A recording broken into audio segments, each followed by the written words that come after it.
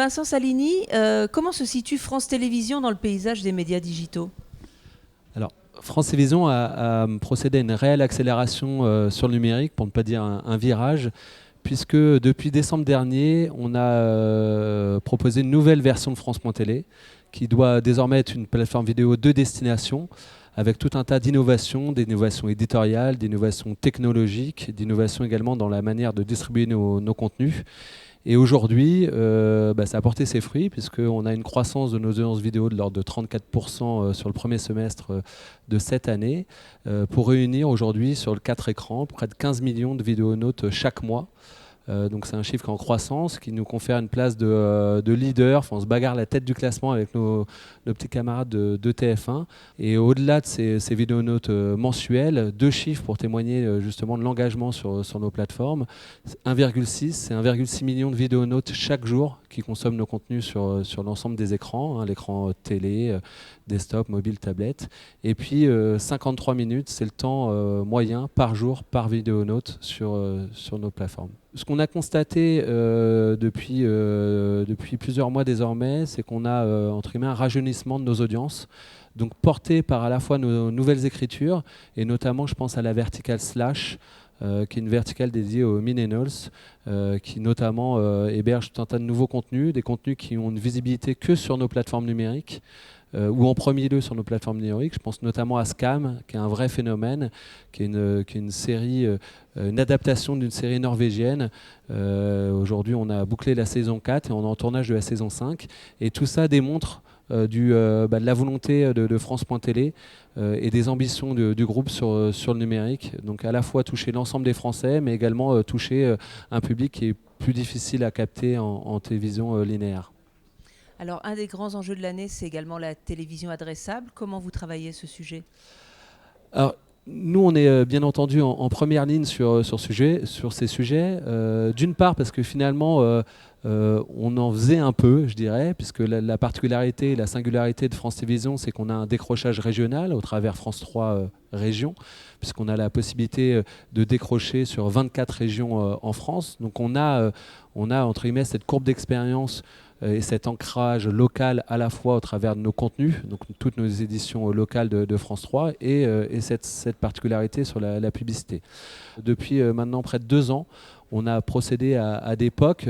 Techniquement, on a procédé à des POC avec notamment TDF, sur différents scénarios possibles, via le prisme de la géolocalisation par exemple, via le prisme de la data comportementale ou des jeux de scénarii par rapport à la télévision linéaire. Donc je dirais que là, nous, on est en ordre de marche et on collabore bien évidemment avec toutes les instances, bien évidemment dans le cadre du SNPTV, du MVP avec la FF2M. Donc on est en première ligne sur ces sujets. Le planning, vous pouvez nous le rappeler? Alors le planning, déjà d'une part, on est tributaire du décret, donc la publicité segmentée devrait être éligible à partir du 1er janvier 2020. On est bien évidemment tributaire de nos partenaires, je dirais, notamment des fournisseurs d'accès Internet, donc les différents opérateurs, Orange, SFR, Bouygues, pour ne citer que. Mais on pense un planning aux alentours de la fin du premier semestre 2020 et le dernier quadri 2020. Sur, encore une fois, une partie du parc, donc ça représentera à peu près 15% des foyers éligibles à la publicité segmentée. À suivre donc. Est-ce que vous avez d'autres innovations sur lesquelles vous travaillez actuellement? Alors oui, tout à fait. On annonce cette semaine le lancement d'une nouvelle offre sur le numérique qui s'appelle Time. Alors Time, c'est une nouvelle monnaie d'échange, le coût par heure visible et un nouveau format publicitaire. Alors pourquoi ? Tout simplement parce qu'aujourd'hui, il y a une vraie prise de conscience du marché publicitaire sur la nécessité d'avoir des formats visibles, et donc notamment au travers, et on salue toutes les initiatives auxquelles on y participe, notamment le label Digital at Trust. Néanmoins, la visibilité est devenue un prérequis, la visibilité au sens IAB du terme. Je rappelle la définition, 50% de surface pour une exposition de 2 secondes sur la vidéo. Donc c'est devenu un prérequis, mais nous pensons que c'est insuffisant pour finalement évaluer la réelle attention que porte un internaute à la publicité. Nous pensons aujourd'hui que l'un des facteurs prépondérants, c'est la durée d'exposition et la durée d'exposition visible. Donc c'est la raison pour laquelle nous avons lancé cette offre. Donc cette offre, c'est cette nouvelle monnaie d'échange, le coût par heure visible, avec un tiers de confiance qui est Integral Ad Science qui certifie toutes les données.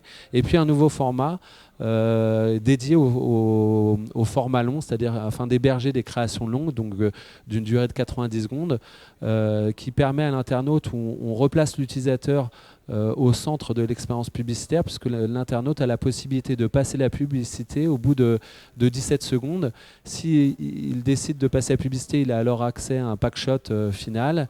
Et puis, sinon, il a la possibilité de regarder toute la création durant la durée qui, encore une fois, ne peut excéder 90 secondes.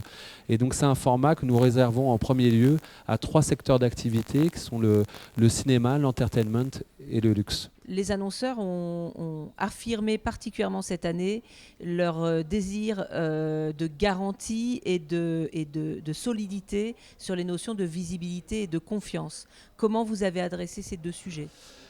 Alors, nous, on estime qu'on a une responsabilité extrêmement importante dans cette relation qui nous lie avec nos audiences et les marques. Et donc, on prône une publicité que l'on qualifie de publicité responsable et raisonnée. Quelques exemples pour illustrer cela.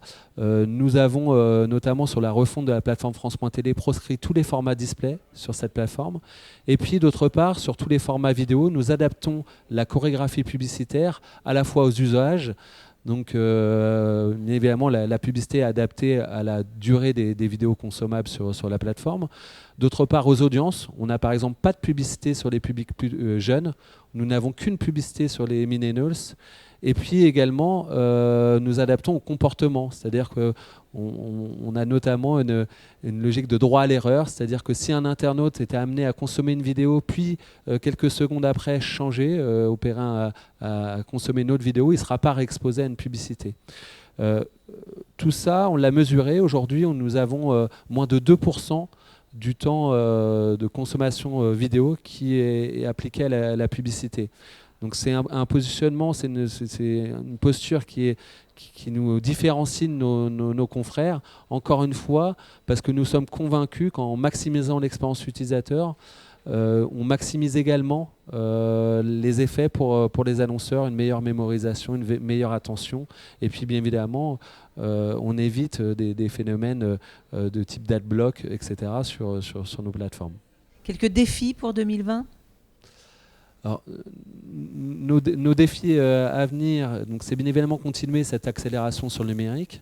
Encore une fois, on a une progression assez conséquente. On va aller encore de l'avant, puisqu'avec, notamment, on l'a annoncé il y a quelques semaines, on a tout un tas de nouvelles fonctionnalités sur la plateforme France.tv qui sont assez disruptives, puisque on a notamment été les premiers à lancer le preview dès 6h du matin, c'est-à-dire qu'on casse les usages habituels de consommation du média, c'est-à-dire qu'on parler de replay, ça devient petit à petit un abus de langage, puisque désormais, dès 6h du matin, on a les programmes du soir qui sont disponibles sur la plateforme. Donc on va continuer d'accélérer cette innovation technologique, maximiser l'expérience utilisateur sur nos plateformes pour générer encore plus d'audience et d'engagement sur nos plateformes. On va continuer sur l'innovation éditoriale, donc la fiction numérique, 100% numérique, va prendre une part de plus en plus importante au sein du groupe. Et puis on affiche nos ambitions également, donc là je vais paraphraser les propos de notre présidente, Delphine Ernotte, puisque notre ambition, c'est de devenir le premier média numérique gratuit en France. Donc des objectifs assez ambitieux. Et puis d'autre part, d'un point de vue de la promesse, je dirais, publicitaire, c'est continuer sur cet engagement autour de la qualité. On a notamment contribué à une initiative autour et créé finalement un nouvel indicateur sur le média télé avec le QRP, le Quality Rating Point.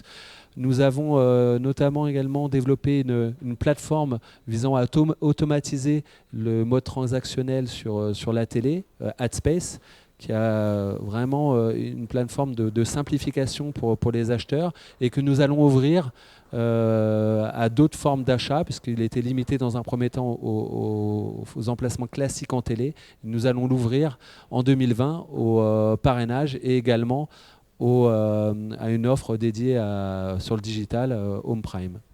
Merci. Merci.